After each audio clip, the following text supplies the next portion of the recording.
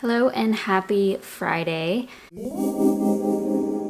This video is going to be another PowerPoint because I feel like it will really help with delivering this message. And just because there's a lot of information, I think it is helpful to have visual and text in addition to me speaking. So I will be going to the corner of your screen in just a moment, but I did want to make this video about the true cost of your spending or on your purchases, just so it kind of clicks with anybody who is, addicted to shopping or spending or just is spending above their means. I did a lot of research for this. I also made a blog post on this. It's not published out yet on my blog, but it is up. So I'm going to link it down below if you're somebody who prefers to read. You'll also find the references there that I include. And also there's going to be more detail there. As I've gotten older, I've realized the true value of saving your money, and it's something I wish I started sooner. So I have been working since I was 16 years old, and probably from then until now I've made, $300,000 or so. And if I was saving just 10% of my income, I would have probably no debt and probably $30,000 or more saved up, $40,000. I don't know how much I've actually made, for these 10 years, 11 years, whatever. But what I do know is that I was not saving my money. It was literally, I would get a paycheck and it would be gone. Sometimes I will admit that it was pretty difficult to save. So for example, when I was in college, I was going to school full time, but also working part time, and I wasn't making much money. It was literally minimum wage, which was $7.25. And I was, just working 2 or 3 days a week. So my paycheck went to my food every week because I didn't have a meal plan. I was living on my own and I would have to buy groceries. So my paycheck would literally go to food. However, there were many times that I could have saved, especially within the more recent years when my income increased. And I also in the past was taking out more debt to support my living. But with that debt, I would even go shopping. So I have realized now the mistakes I've made in the past, and hopefully with this you can see that making a purchase is not simply just a purchase. Like when you spend $100, it's not just $100 because there is an opportunity cost there, and we are going to get into that. First, I wanted to touch on consumerism in general. Obviously, consumerism isn't necessarily a bad thing. It makes the economy keep going, and we need to buy things. We have to buy things in order to survive. But it becomes a problem when people are over-consuming and or consuming above their means. And consumerism is so common, especially now. Obviously, with 2020, things are a little bit different. People are probably at home saving. But aside from that, let's exclude 2020. People go shopping all the time. People have a problem. And one of those things is ads. So we are bombarded with ads and products all day long. Before you watch a YouTube video, ad. If you go to even my blog, I have ads on my blog, and they're probably something that you have looked at in the past and it's trying to get you to buy it. If you watch TV, if you drive down the street, there's a billboard. Everywhere you go, you are bombarded with ads. And so people know how to get inside of people's heads and convince them to make a purchase. You're like, oh, I need that, or oh, I want that. And so you purchase. Second thing is sales. So you see a sale, 10% off, 20, 50, whatever, and you're like, oh, I need to buy that. You don't want to miss out on having that sale because it's going to end in a couple of days or end next week. And you don't want to lose that opportunity of saving money. But I'm sure you've heard this before, you're not really saving money when you purchase something on sale, because if something was originally $200 but now it's 50% off, you're still spending $100. You did not save $100. Of course, if it's something you need, that's a different story, but we'll get into that.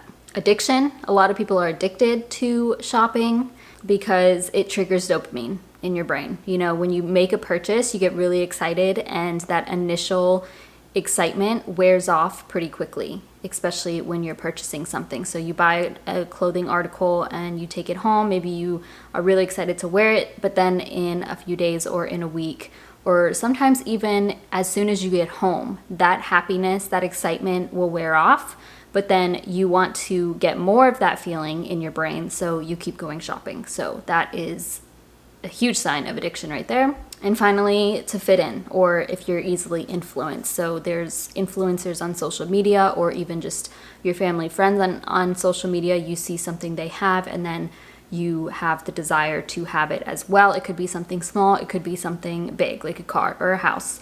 And you also want to fit in. So if you have an older car, or if you have clothes that aren't in style, you probably naturally want to fit in with the crowd and be in style or have something nice.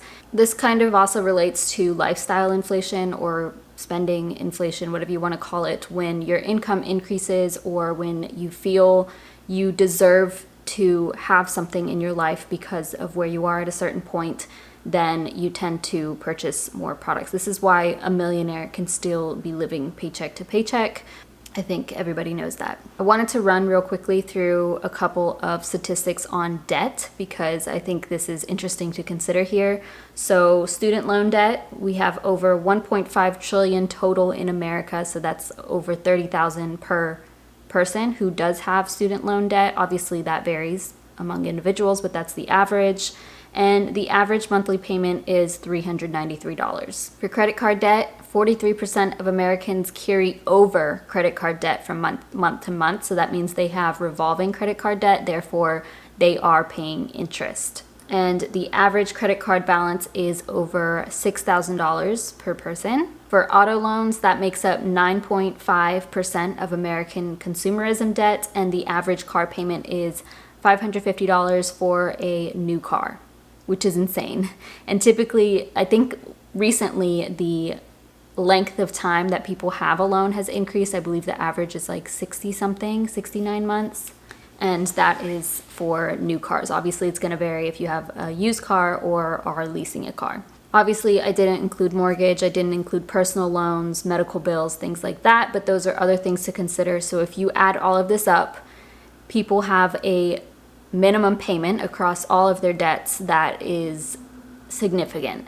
And it's interesting because the median household income, so this could be a single person or somebody who is married, is $66,000 as of recent.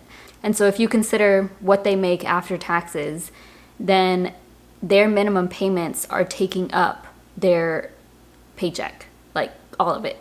So this is where the problem with consumerism comes in, because these people literally cannot afford a brand new car in their driveway, or going shopping every weekend, or going out to eat all the time because they are living paycheck to paycheck, yet they just think it's okay to charge it to their credit card or whatever, or just to live paycheck to paycheck. Like, they are okay with that.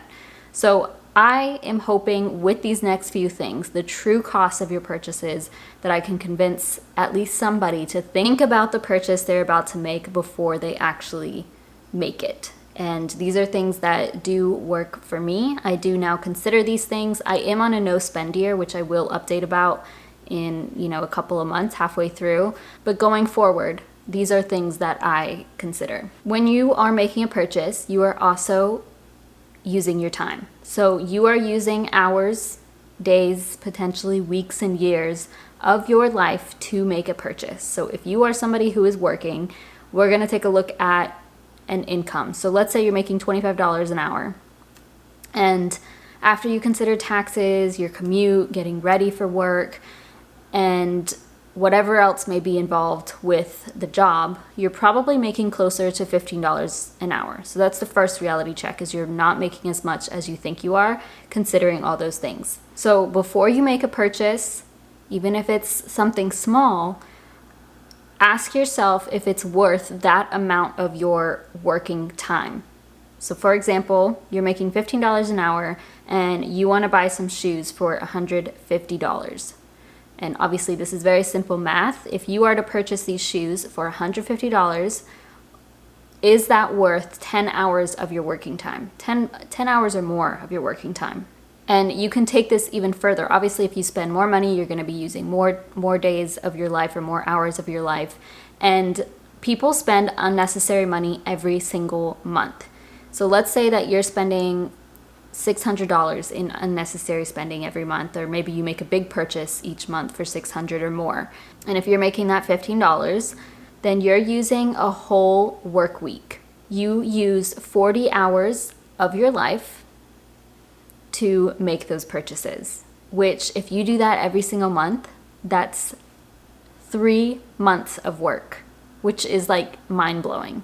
If you don't make that purchase, you can literally shave off that amount of time of working, which I think it's just insane to me. So do the math on what you make, what your actual income is, and then the next time you go to make a big purchase or even a small purchase, figure out if it is worth that amount of time. And I did want to show something that I think is really interesting. I apologize if you think this is morbid or weird, but I first saw this chart on the website Wait But Why. I saw this years ago when he first wrote it. But what you're looking at here is your life in weeks. So obviously you may live longer than 90 or whatever this shows, but this is your life in weeks, which is pretty mind-blowing. It kind of puts things into perspective. So wherever you are on this, you can imagine how much longer you have left to live. So each time you are making a purchase, you can knock off, that week if that's how much you're spending. Like, that is pretty insane to me. Obviously, if you love what you do, then maybe it's more worth it to spend the money, but just that's something to consider. Here's how far I am on this chart if we were looking at 90 years. So I am 27 or whatever, 26, 27, and that's where I'm at on this. So it's very interesting, and obviously we don't know when our time is up. The next thing we're going to consider here is if you make a purchase on a revolving credit card. So either you already have credit card debt, or let's just say you have a $0 balance right now, and then you make a purchase of $500, but you are not going to pay it off that month. You're actually going to just pay the minimum payment until it's paid off. Again, we're going with very simple math here. The average credit card debt that I was able to find is about 19%. And obviously it could be higher, it could be lower. You may have a zero interest rate card, but let's just, for the purpose of this, consider 19%. And typically your minimum payment is about 2 to 3% of whatever your total is. So let's say you make a minimum payment of $1,250 every month. This means this will take you over 5 years. It'll take you 64 months to pay off this $500 purchase. And by the end of it, you wouldn't have just paid $500 unless it's a zero interest card. You would have paid $798.35 total. So over $298 in interest alone. And it would have taken 5 years, which is just absurd. So obviously you can consider how much this would actually be if it was a $1,000 purchase or a $5,000 purchase, or if you had a higher interest rate. There is a calculator for this. It's pretty interesting to see, but obviously with this example, you did not just pay $500, you paid $798 for this item. So again, you can ask, is that worth that amount of my life, or is it worth $800 to you versus $500 to you? And you could do this for literally any value. Now let's consider if you invested that purchase instead. So we're going to go with the same simple example of $500. And if you invested that into whatever, we're not going to get into specifics, but let's say it has a 6% rate of return, and after 1 year you would have $530. So it would increase by $30. Obviously that's not that much because you're not putting that much into the account initially, but obviously with time it compounds. So we have, in 10 years you would have $895, and in 25 years you would have over $2,100 with just $500. So you can imagine with every single little purchase that you make, if you were to put that into an investment, that total would just keep increasing and you would make more overall. And then obviously you could consider how much more you would be making if you made a larger purchase or if it was a higher rate of return, depending on what you invested in. Again, there is a calculator for this, so I will link that down below. So these all dealt with numbers, and you can kind of see the reality of where your money could potentially grow elsewhere or how you could take advantage of it in other areas.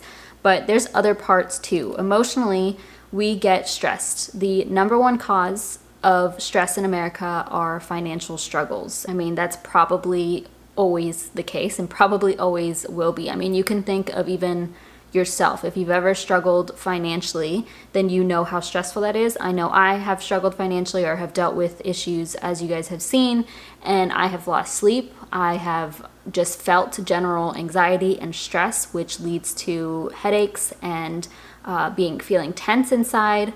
You waste a lot of time, because I know for myself, I've gone over numbers a lot of time, or I've had to do research on something. This could lead to arguments with your spouse or with other people, just more tension overall. And obviously we have to spend money, like I said before, to survive, but you won't have financial stress if you are spending within your means, or if you are making responsible financial choices. And you may think that purchase is going to make you happy, because it will make you happy in that moment. But like I said, it will wear off, because you can prove this for yourself. Think of something in your closet or something in your house that you were so excited to purchase, and now you don't even care about it, or you want to get rid of it. You don't even use it, whatever. And then you just go and purchase that next thing and purchase that next thing. But you're literally just creating a cycle of more stress, because then when it comes to a bill you have to pay, or you have an emergency come up and you're not able to provide, then what happens? You're literally going to be like in tears. Imagine the peace that you would feel if you didn't have any debt, if you knew that you had a solid emergency fund that would last for however long to make you feel comfortable, and you knew that you just did not have to worry about finances again. Like, that is the ultimate goal. And I think it's so important, because finances are a huge thing. They are like a keystone in life, because if your finances are not in order, everything else is really difficult to keep in order. And the other thing about stress is that it can lead to a number of health issues. So you may have mental health issues, you may eat more, you may have a heart attack, any number of things that could contribute to health problems, which will then lead to more financial struggles, because you may have to go to the doctor or get on prescriptions or go to the hospital, and that leads to more stress. So it gets to a point where you have to ask, like, is this even worth it? Because it's probably not. The final thing is world impact. Obviously, there's a lot of pollution in the world. Just producing things creates a lot of pollution. And yes, I am a part of that. I have purchased things, obviously, and we are going to keep purchasing things. But if you're over consuming, you are just contributing to that more. There are literally piles of trash all around the world, in the ocean. We don't even see the trash. You know, most of us, if you're watching this, you probably don't even see where that stuff is going. And we can kind of just turn a blind eye, because it's going to countries that experience poverty. And you know, with these pictures, you can see that people are living around this, and it creates hazardous materials. The last statistic that I saw was that last year, 1.3 billion tons of trash were produced. And obviously the population in the world is increasing, so this is only going to increase. And, you know, there's only so much that this world can take. And the other thing is slave labor. There is child slave labor in a lot of these countries for the products that we purchase. And I know sometimes it can be really difficult to determine what is and is not contributing to that. But if you just reduce your consumption in general, we can prevent our contribution to that. I think a lot of people think, what difference do I make? But if everybody thought like that, then that's exactly what we're experiencing, you know? So the supply is in correlation with the demand. So that's just something to consider. I did want to offer some tips, because, you know, if you're not up for a no spend year, then there are still things that you could try to reduce your spending. And the first one is pretty popular in the financial community. At least I've heard it several times. It's the 72-hour rule. And the first time I heard it was from the Frugal Woods on like a podcast or something. Basically, if you want to make a purchase, then wait 72 hours to actually follow through with that. And I think a lot of people struggle with this, because they'll be shopping online and there's like a sale or something, or they're somewhere else that they're not going to be able to come back to it. But really think about things you have purchased in the past, if that's the case, and think about if it was actually worth buying. You know, I can look back on the things that I bought when, you know, even last year or the year before that, and I don't even wear them, or I don't like it, or I donated it. And had I just saved that, how far along would I be now? Usually what you'll find after the 72 hours is that you really don't want the item at all. So this reduces your impulse buys. The second thing is to buy used or to borrow. There are so many places to buy used anything. So you could get clothes or tools or furniture, Facebook Marketplace, thrift stores, garage sales, a friend, whatever, or you could borrow. And I know that's not always convenient for people or they don't want to do that, but with buying something used, it's usually just as good as a brand new product. And this is, you're reusing it, so you are recycling it and getting more use out of it. A tip related to this is cost per use, CPU.